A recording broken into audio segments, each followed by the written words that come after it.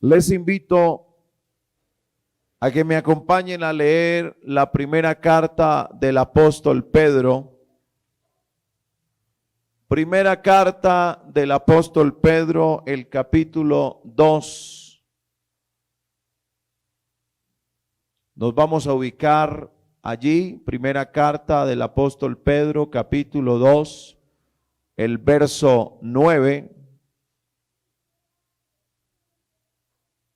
Primera carta del apóstol Pedro, capítulo 2, el verso 9.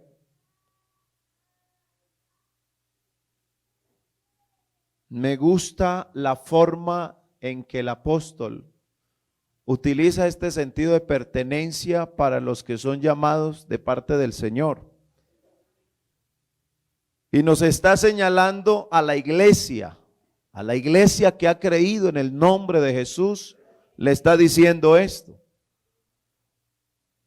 Mas vosotros sois linaje escogido, real sacerdocio, nación santa, pueblo adquirido por Dios, para que anunciéis las virtudes de aquel que os llamó de las tinieblas a su luz admirable.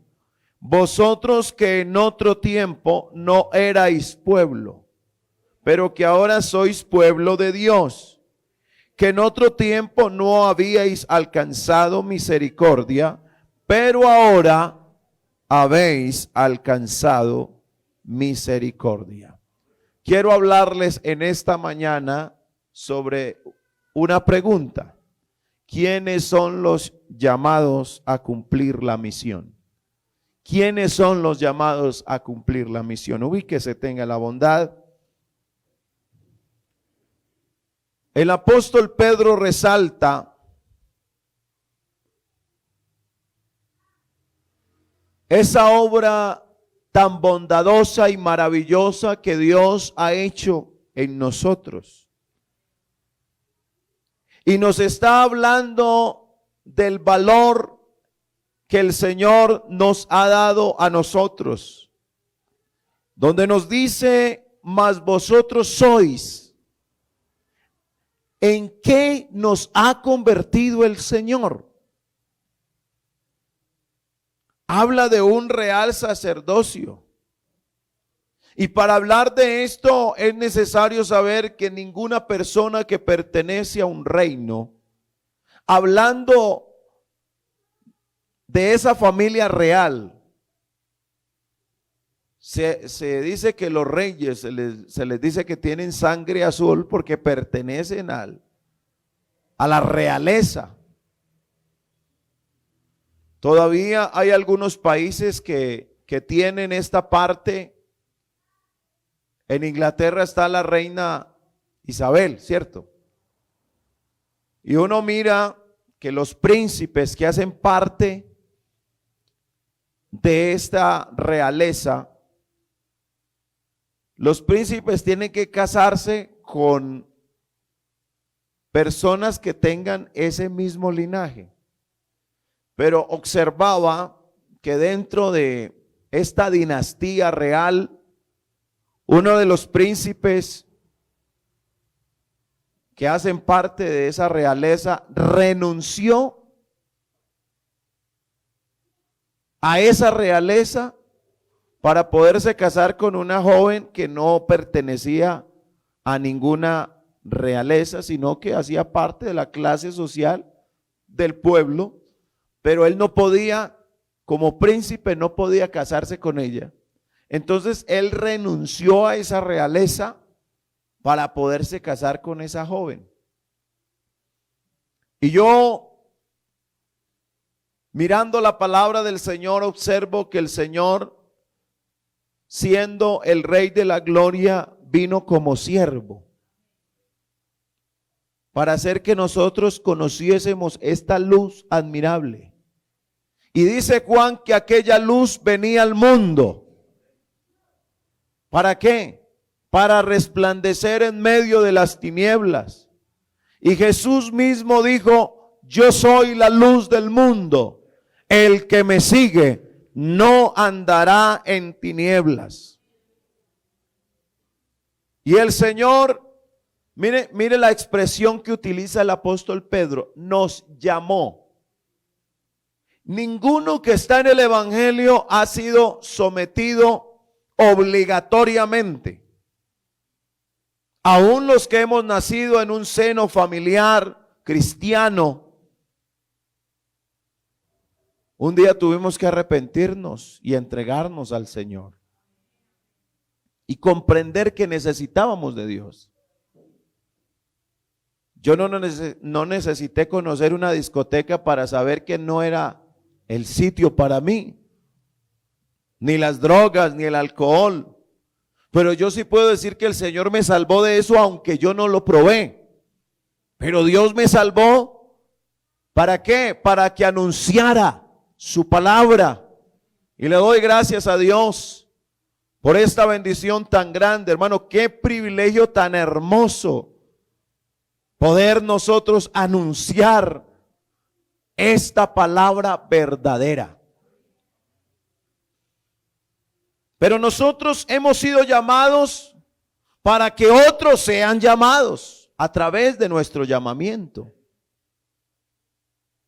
Y Dios respalda esta labor.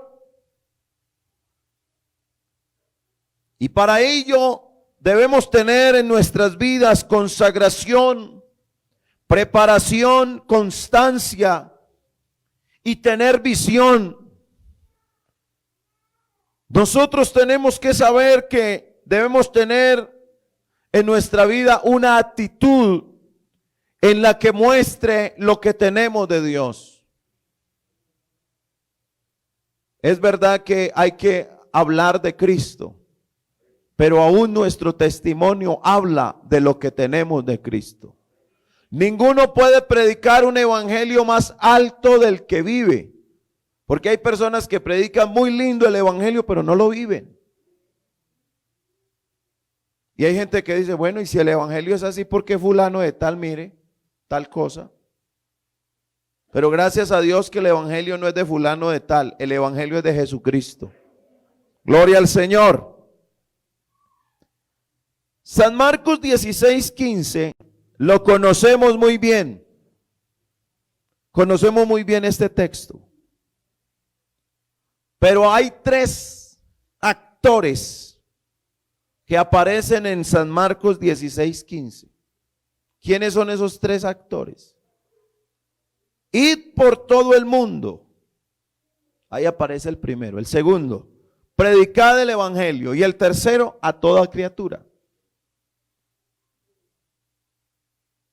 Ahí está el creyente que evangeliza.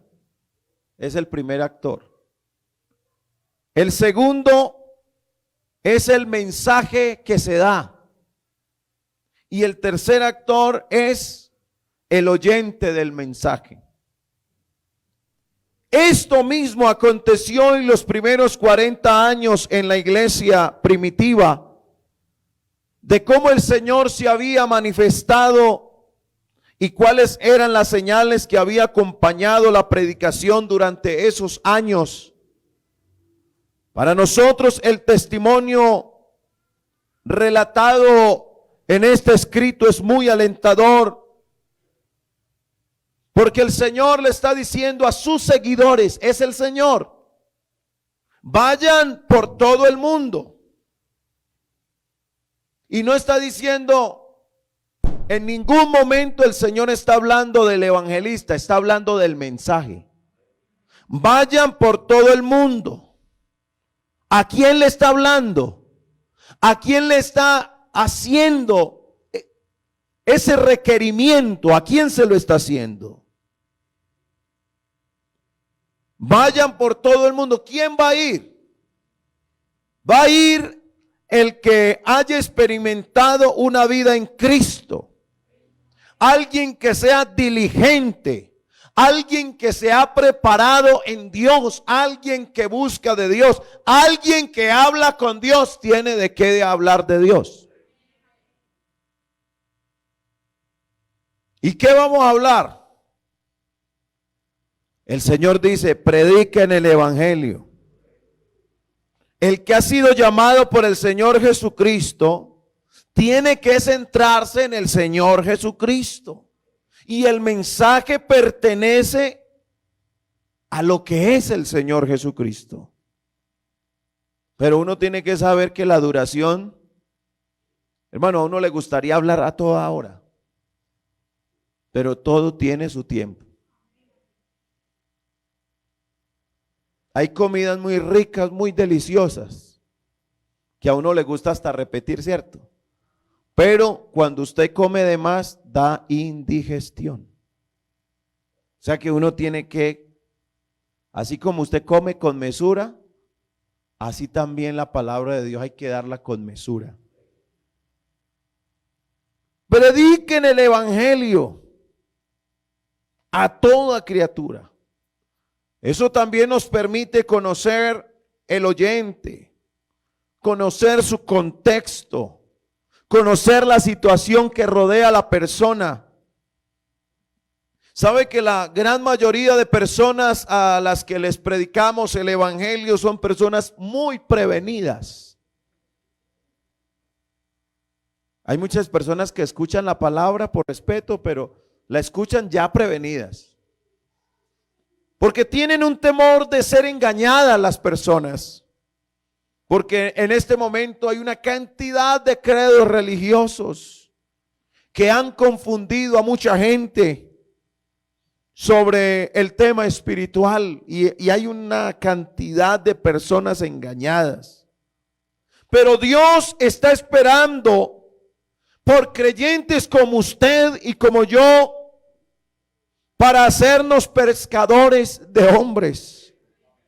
La misión es anunciar el evangelio. La misión es salvar a los pecadores, arrebatarlos del infierno, porque una persona que no se convierte al evangelio, usted sabe para dónde está destinada. La gente dice, pero ustedes ¿por qué se preocupan tanto por hablar del evangelio? Es que la preocupación nuestra es la del Señor. Porque una persona que no se decide por el Señor es una persona que va condenada al infierno. Esto suena muy fuerte, pero la palabra de Dios lo declara. Si no hablamos la palabra, las almas no serán libradas de la potestad del diablo. Es que la gente, hermano, cree que como están bien, pero hasta que no le resplandezca la luz del evangelio no se dan cuenta de su situación. Ese rescate de los perdidos se da por la predicación de la palabra. Cuando hablamos del evangelio, el Señor los trae de la muerte a la vida. Mire lo que dice el apóstol Santiago, el capítulo 5, el verso 20. Sepa, o sea, esto es de saber, que el que haga volver al pecador del error de su camino. Mire que el camino que lleva a la persona es un camino de error. Sepa que el que haga volver al pecador del error de su camino, salvará de muerte un alma y cubrirá multitud de pecados. Hay quienes no publican el mensaje del Señor porque se avergüenzan. Pero nuestro Dios lo dijo: el que se avergonzare del Señor aquí, Él también se avergonzará de Él allá. El enemigo sabe que le queda poco tiempo y busca la manera de entretenernos. Busca la manera de que los que tenemos la verdad estemos tan ocupados en nuestros asuntos que no tengamos tiempo de hablar la palabra, que no tengamos tiempo de nada, mencionar nada de Dios. Pero esta misión que el Señor nos ha encomendado como iglesia del Señor es urgente. Que llevemos como prioridad en nuestro tiempo. ¿Usted sabe dónde va a pasar la eternidad su familia? ¿Usted sabe dónde pasará la eternidad sus vecinos? ¿Usted sabe lo que le va a pasar a esta humanidad, hermano? ¿Qué es lo que viene para esta humanidad? ¿Dónde van a pasar ellos la eternidad? La gente está ciega que piensan que después de muerto van a ser unas oraciones y que le van a cambiar el lugar del alma. No, es que el lugar del alma se escoge aquí mientras haya vida y esperanza. Por eso hay que predicar, hermano. Es urgente que prediquemos la palabra de Dios.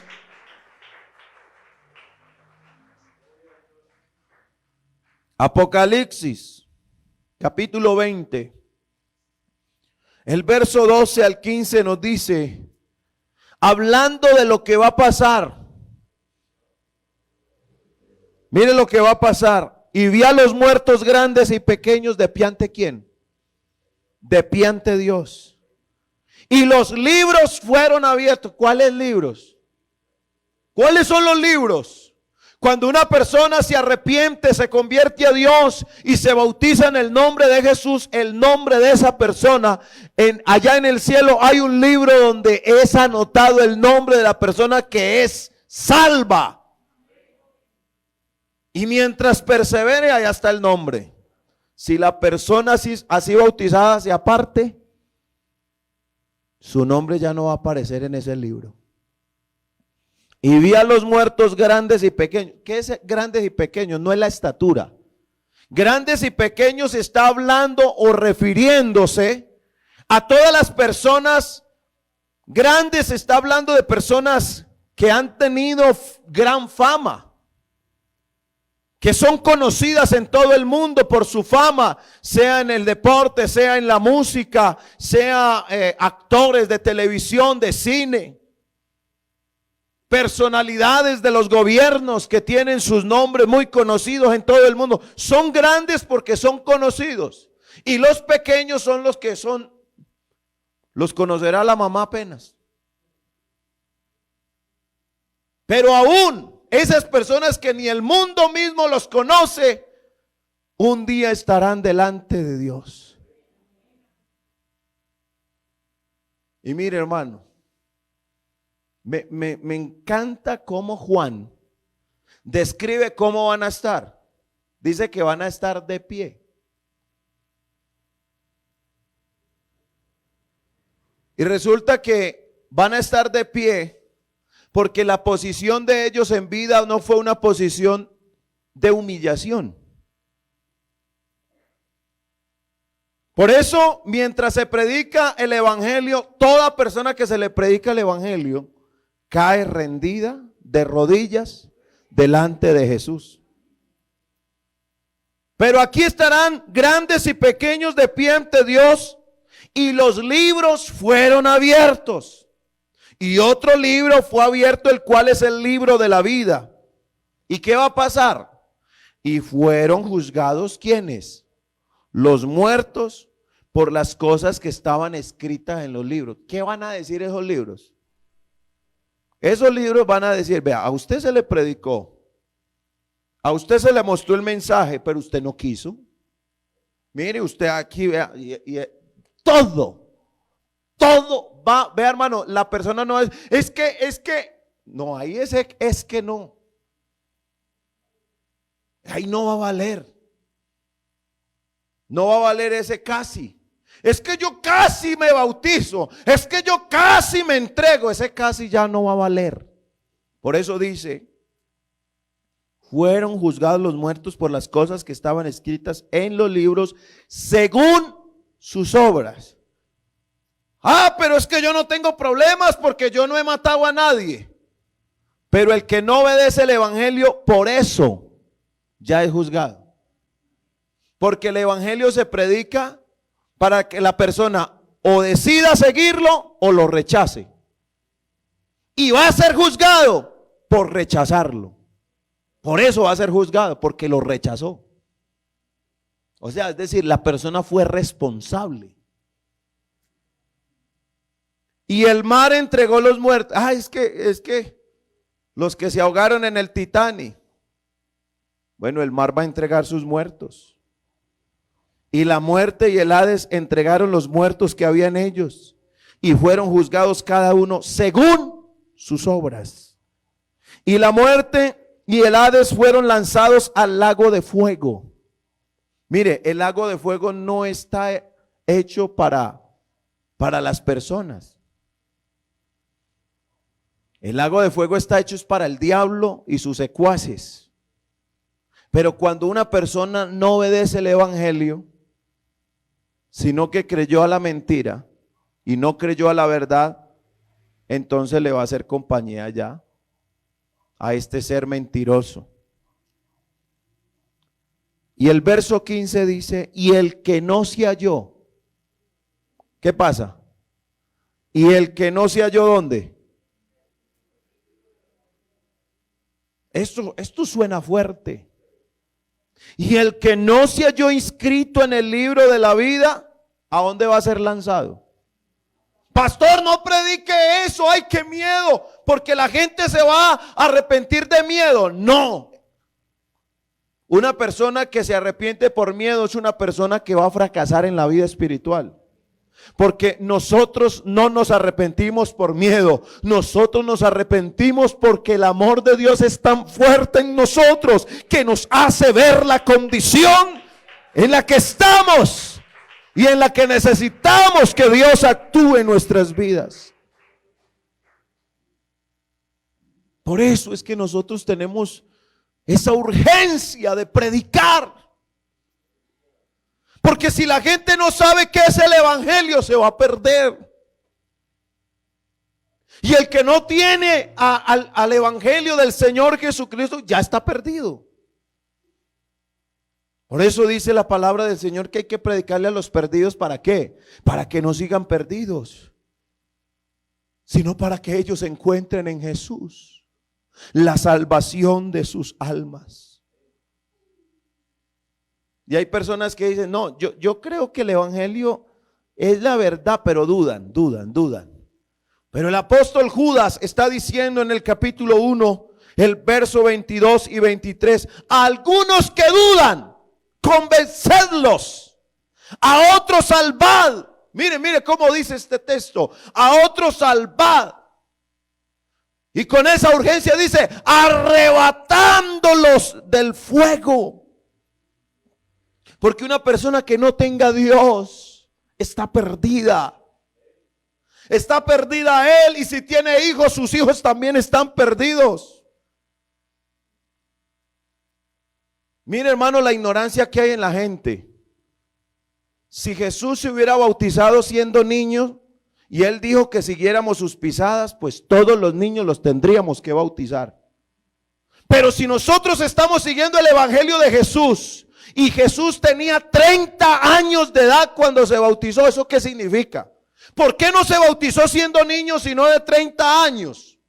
Además, Jesús no necesitaba bautismo porque Él es santo. El único ser humano que pisó la tierra y no cometió pecado ni hubo maldad en sus labios fue Jesucristo de Nazaret. Fue el único. Pero ¿sabe por qué Jesús se bautizó? Para que nosotros nos diéramos cuenta que el bautismo es para gente que razona, para gente que sabe qué va a hacer. Bautizarse no es solamente echarse agüita en la frente.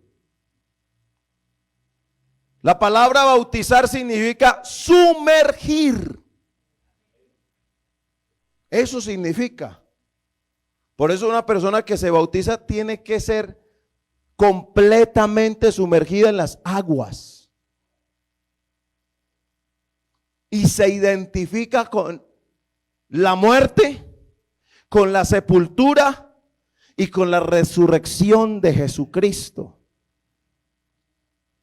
Y sigue diciendo Judas, a otros salvad arrebatándolos del fuego, y de otros tened misericordia con temor, aborreciendo aún la ropa contaminada por su carne. Es Dios, escúcheme bien esto, es Dios el que no quiere la muerte del pecador. Dios no quiere la muerte del pecador, sino que éste se arrepienta y viva. El profeta Ezequiel capítulo 18, el verso 32 lo dice. ¿Qué dice Dios? Porque no quiero la muerte del que muere. Hay gente que dice, pero Dios, ¿por qué se lo llevó? Otros dicen, es que Dios se lo llevó porque lo necesitaba. No. Créeme que hasta los hermanos nuestros en la fe, Dios no los necesita. A nosotros, aún los convertidos al evangelio, Dios no nos necesita muertos. Porque un muerto no puede hacer nada por otro. Dios nos necesita aquí, con vida. Porque con vida podemos decirle a otro que en Jesucristo hay salvación. Porque no quiero la muerte del que muere, dice Jehová el Señor. Convertíos pues y viviréis. Por eso es tan urgente anunciar la palabra. Es tan urgente anunciar el evangelio. San Juan 4:35 nos habla de que no hay tiempo que perder. Hermano, esto se está yendo rapidísimo. Usted no ve que usted se programa en el calendario. Y mire, ya hoy iniciamos un nuevo mes. ¿Y qué falta para que se termine este año? El tiempo está pasando rápido. Y mientras el tiempo avanza, es urgente que anunciemos el mensaje de Jesucristo. Dice San Juan 4:35. ¿No decís vosotros, aún faltan 4 meses para que llegue la siega? Aquí está hablando acerca de la parte agropecuaria. Un campesino sabe muy bien, cada semilla la reconoce muy bien qué tiempo necesita cada semilla para que ésta crezca y pueda dar fruto. Los que saben de este tema saben aún en las huertas cuánto tiempo después de sembrado puede producir las legumbres. Ya la persona que tiene ese entendimiento sabe. A él no le tienen que decir porque él ya sabe. Este maíz que sembré aquí, ¿cuánto dura un maíz para poder producir? A ver los que saben. Mire, ya empiezan a mirar los factores. Hay que mirar el clima, porque el clima tiene que ver también con la producción de esa semilla. Pero más o menos, ¿cuánto puede durar? Tierra caliente 3 meses y medio. En tierra fría 9 meses. Y a los 5 meses y medio. Bueno, miren ustedes, la persona que tiene entendimiento sobre el tema sabe cuánto tiempo falta para que esa semilla dé ese fruto. Y Jesús está diciendo lo mismo aquí en San Juan 4:35. Él está mencionando en esa a razón de ser de lo que se sembraba en ese tiempo allá. Entonces el Señor está diciendo, mire, así como usted sabe que según el clima, ese maíz va a producir en 5 meses, si es tierra caliente, o 9 meses. O sea, ya la persona tiene ese cálculo. Entonces lo que el Señor dice, bueno, ahora alcen la mirada y miren los campos. Cuando el Señor dice miren los campos, es mire la humanidad. Mire todos los seres humanos que le rodean a usted. Y dense en cuenta que ya esto ya está listo ¿para qué? Para que nosotros hagamos lo que tenemos que hacer. El que conoce de Dios no se puede quedar callado. Habla y no calles. Habla y no calles. Para que no sean más los perdidos, sino que muchos más conozcan de este Dios verdadero. En la primera carta a Timoteo, el capítulo 2, el verso 1 al 4 dice, exhorto. ¿Qué es la palabra exhortación? La palabra exhortación no es como algunos la han malinterpretado.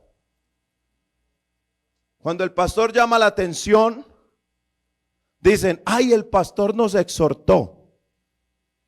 Está haciendo una mala aplicación de la palabra exhortar. La exhortación no es corregir.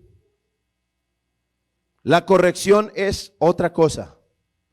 La exhortación es dar ánimo. Eso es exhortar.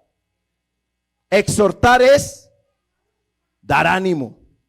Entonces, cuando dice la escritura, exhorto ante todo, entonces, ¿a qué nos está animando? Nos está animando ante todo a que se hagan rogativas. Estamos rogándole, Señor, tenga misericordia. Hay una madre que está postrada, Señor, ahí están mis hijos, Señor, ahí te los presento, mi Cristo. Esas rogativas no las deje de hacer.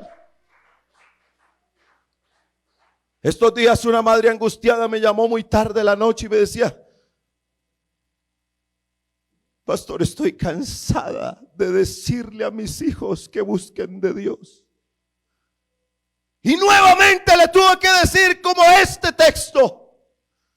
Yo le dije, hermana querida, la animo a que no dejes de hacerlo.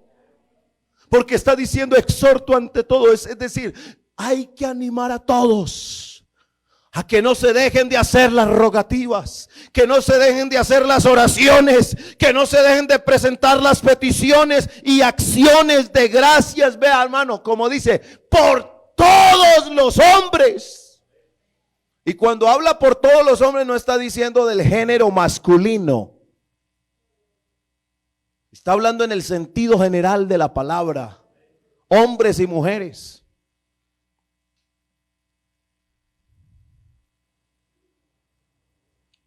Y empieza a especificar por los reyes y por los que están en eminencia, para que vivamos quieta y reposadamente en toda piedad y honestidad, porque esto es bueno y agradable delante de Dios nuestro Salvador. Y aquí mire lo que dice la palabra de Dios. ¿Qué es lo que Dios quiere? ¿Qué es lo que todos tienen que darse cuenta? ¿Qué es lo que se tiene que dar de cuenta tus hijos? ¿Qué es lo que se tiene que dar cuenta tus vecinos? ¿Qué es lo que se tiene que dar cuenta la humanidad? Que nuestro Dios quiere. Es Dios el que quiere que todos los hombres sean salvos y vengan al conocimiento de la verdad.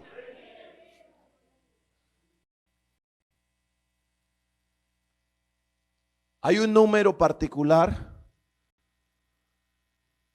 del teléfono al cielo. ¿Usted sabía que el teléfono al cielo tiene un número? Los niños cantan que el teléfono al cielo es, y hay un número.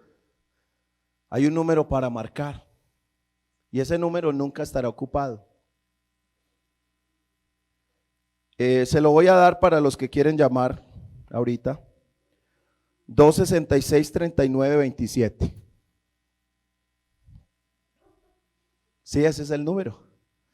266-3927. ¿Cuál será ese número? El 2 son los dos testamentos, el Antiguo y Nuevo Testamento. Los 66 son los libros del Génesis hasta el Apocalipsis. 39 es los 39 libros del Antiguo Testamento y el 27 es los del Nuevo Testamento. Ahí está. 266-3927. Márquelo y encontrará el camino para ser salvo. Por eso necesitamos la Biblia. Vea, si usted no quiere que lo engañen, lea la Biblia. ¿Sabe por qué la gente está engañada? Porque no leen la Biblia. Donde la gente leyera la Biblia se encontrarían en el error que están. Por eso la misión de la iglesia la hallamos allá en Lucas 5, 10 y 11. Y mire lo que hizo Jesús. El Señor llamó a unos hombres humildes que no habían ido al instituto bíblico, que no tenían gran conocimiento de muchas ciencias de manera intelectual. Y dice San Lucas 5:10, y asimismo de Jacobo y de Juan y los hijos de Zebedeo, que eran compañeros de Simón. Pero Jesús dijo a Simón, mire la primera expresión que le dice Jesús, porque los seres humanos somos miedosos. Es más, cuando a una persona se le habla del evangelio, la persona le da miedo. Ay, no. ¿Y qué va a decir mi familia?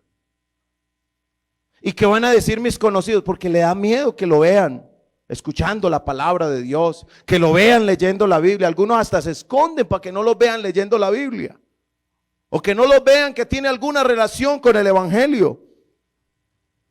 Jesús le dice a Simón, no temas.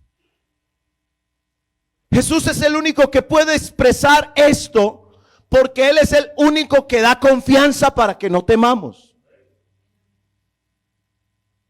Hay cantidad de religiones, pero nosotros no tememos porque confiamos en el Dios verdadero. No temas. A los amigos que están aquí les digo, no temas, porque el Señor Jesucristo, Él te va a dar el entendimiento para que sepas que Él es la verdad. La verdad no es ninguna religión es verdadera, ninguna. Porque en la cruz del Calvario no murió una religión por la humanidad. En la cruz murió uno santo llamado Jesucristo, al cual debemos creer, obedecer y seguir. Aleluya. Y el Señor le dice, no temas, desde ahora serás pescador de hombres. Y dice la palabra del Señor, que eso se lo dijo el Señor en las barcas en el mar. Y cuando volvieron a la orilla, dice el verso 11, y cuando trajeron a tierra las barcas, mire lo que hicieron ellos después de lo que Jesús les dijo.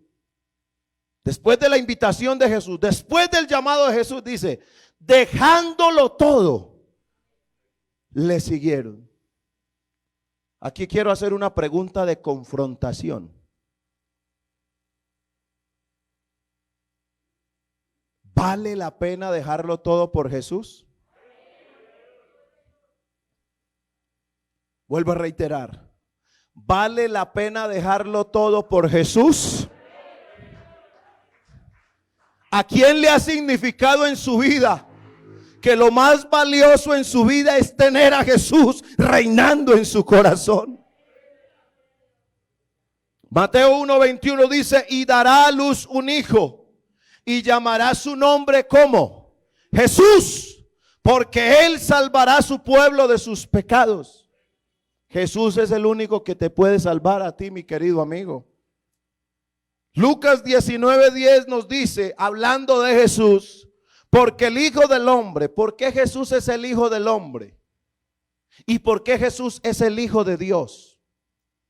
Jesús es el Hijo del Hombre porque nació de la Virgen María. Y es el Hijo de Dios porque fue engendrado por el Espíritu Santo. Dice Lucas 19:10, porque el Hijo del Hombre vino. Dios no mandó la razón con nadie. Él mismo vino porque Él lo había dicho por boca del profeta Isaías. Yo mismo iré y lo salvaré. Y Él mismo vino a salvar al hombre del pecado. Aleluya. Vino a buscar y a salvar.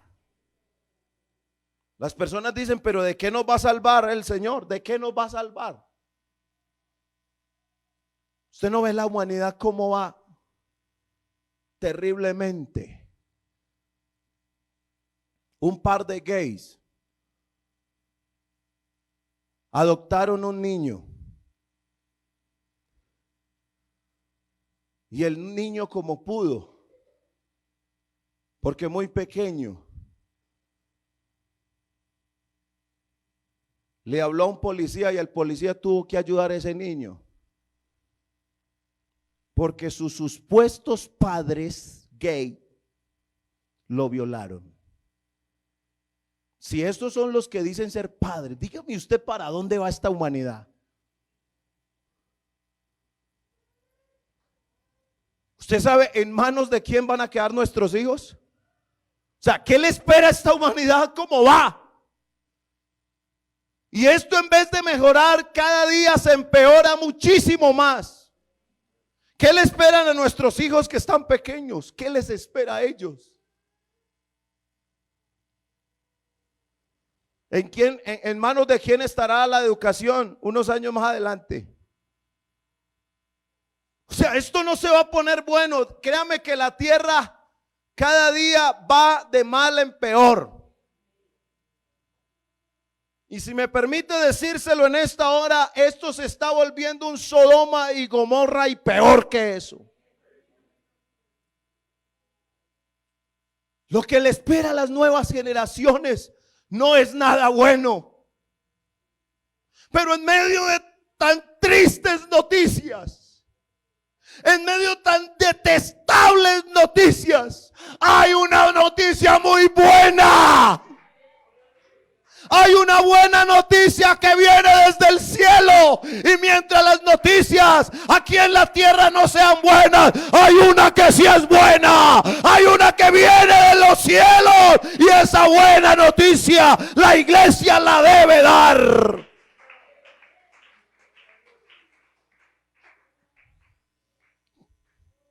Cuando Jesús vio las multitudes, ¿sabe qué tuvo Jesús?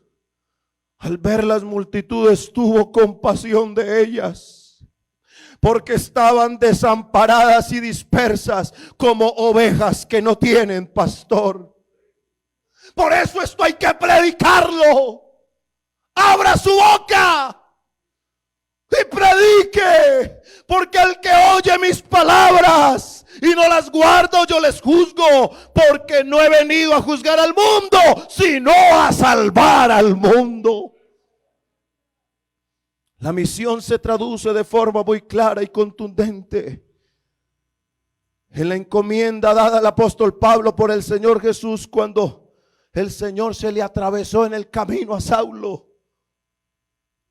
Y el Señor le dice: pero levántate y ponte sobre tus pies, porque para esto he aparecido a ti, para ponerte por ministro y testigo de las cosas que has visto y de aquellas en que me apareceré a ti, librándote de tu pueblo y de los gentiles, a quien ahora te envío, para que abra sus ojos, para que se conviertan de las tinieblas a la luz y de la potestad de Satanás a Dios, para que reciban por la fe que es en mí perdón de pecados y herencia entre los santificados.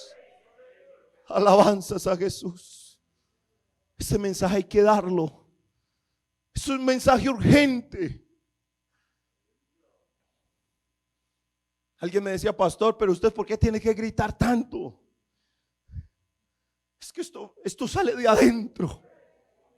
Hermano, no quisiera que esta palabra la recibieran todos y que todos la creyeran, pero uno sabe que las personas no quieren creer al evangelio. Oh, pero en esta hora, hermano, si yo tuviera que pararme de cabeza para que usted me entienda esta palabra, yo me pararía de cabeza con tal de que usted entienda que el Señor Jesucristo es el que salva y el que nos ha puesto para que otros sean salvos también. ¿Cómo pues invocarán a aquel en cual no han creído? ¿Y cómo creerán en aquel de quien no han oído? ¿Y cómo oirán sin haber quien les predique? ¿Y cómo predicarán si no fueren enviados? Como está escrito: cuán hermosos son los pies de los que anuncian la paz, de los que anuncian buenas nuevas. No podemos callar. Esto es urgente. La gente necesita la salvación. Amigo, usted necesita la salvación. Si usted no me entiende lo que yo le estoy predicando, dígale: Dios mío, deme entendimiento para yo entender lo que este predicador está diciendo. Iglesia, es urgente. La misión es urgente. Lo que tenemos que decir es urgente. No hay tiempo que perder.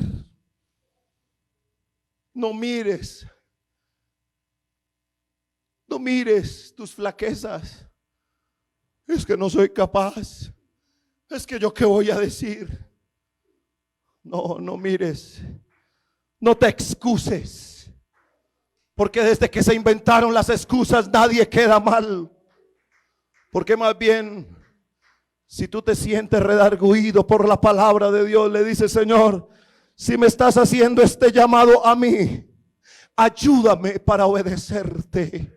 Ayúdame, Señor. Y yo creo y estoy seguro que si alguien en esta hora se postra delante de Dios y le dice: Señor, ayúdame, yo estoy seguro que el Dios de gloria, el Dios de toda misericordia, el Dios de toda bondad, el Dios de amor, Él extenderá su mano y te ayudará. Alabanzas al nombre de Jesús.